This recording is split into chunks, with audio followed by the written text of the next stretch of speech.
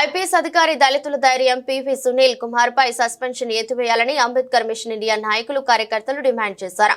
సునీల్ కుమార్ ను సస్పెండ్ చేయడాన్ని వ్యతిరేకిస్తూ ఏఎం ఆధ్వర్యంలో గోకవరం బస్టాండ్ అంబేద్కర్ విగ్రహం వద్ద సోమవారం శాంతియుత నిరసన ర్యాలీ జరిపింది. డీజీపీ రేసు నుంచి సునీల్ కుమార్ ను తప్పించేందుకే కుట్రలని వారంతా మండిపడ్డారు.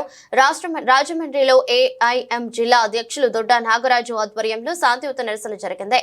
దళిత సీనియర్ ఐపీఎస్ అధికారిపై కక్ష సాధింపు చర్యలకు విరమించుకోవాలని ఎన్డీఏ ప్రభుత్వాన్ని డిమాండ్ చేశారు. పివి సునీల్ కుమార్ కి జరుగుతున్న అన్యాయాన్ని రాష్ట్ర ప్రజలు గమనిస్తున్నారన్న ఏఐఎం నాయకులు ఎన్డీఏ కూటమి ప్రభుత్వం తిరుమార్చుకోకపోతే మూల్యం చెల్లించుకోక తప్పదని హెచ్చరించారు.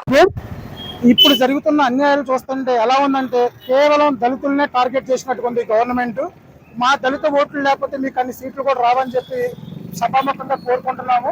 కాబట్టి ఒక విషయం గుర్తించండి, ఇప్పుడు ఆయన కేవలం దళిత ఐపీఎస్ కాబట్టి మీరు ఎటువంటి నోటీసులు ఇవ్వకుండా అన్యాయంగా అక్రమంగా సస్పెండ్ చేశారు. అదే పొజిషన్లో అగ్రవర్ణాలు ఉంటే మీరు ఇంత సాహసం చేయగలరా అని ఒకసారి అందరి ముందు మన చంద్రబాబు నాయుడు గారిని, పవన్ కళ్యాణ్ గారిని, ముఖ్యంగా బీజేపీ వాళ్ళని ఇది యూపీఎస్సీ పరిధిలో ఉన్న సబ్జెక్ట్ని స్టేట్ పరిధిలోకి ఎలా తీసుకుంటారని చెప్పి క్వశ్చన్ చేస్తున్నాం. కాబట్టి దీని గురించి మీరు ఒక తీవ్రంగా ఆలోచించి మాకు న్యాయం చేయవలసిందిగా అందరి కోసం మా దళిత జాతి పక్షాన మేము కోరుతున్నాం. దయచేసి చంద్రబాబు నాయుడు గారు, పవన్ కళ్యాణ్ గారు, బీజేపీ పెద్దలు ఒక్కసారి ఆలోచించండి.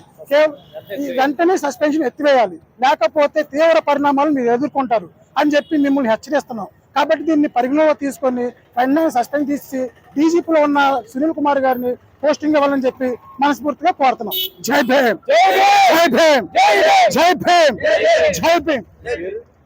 నా పేరు నాగరాజ్ అండి, ఈస్ట్ గోదావరి ప్రెసిడెంట్ ని, అంబేద్కర్ ఇండియన్ మిషన్ తరఫున.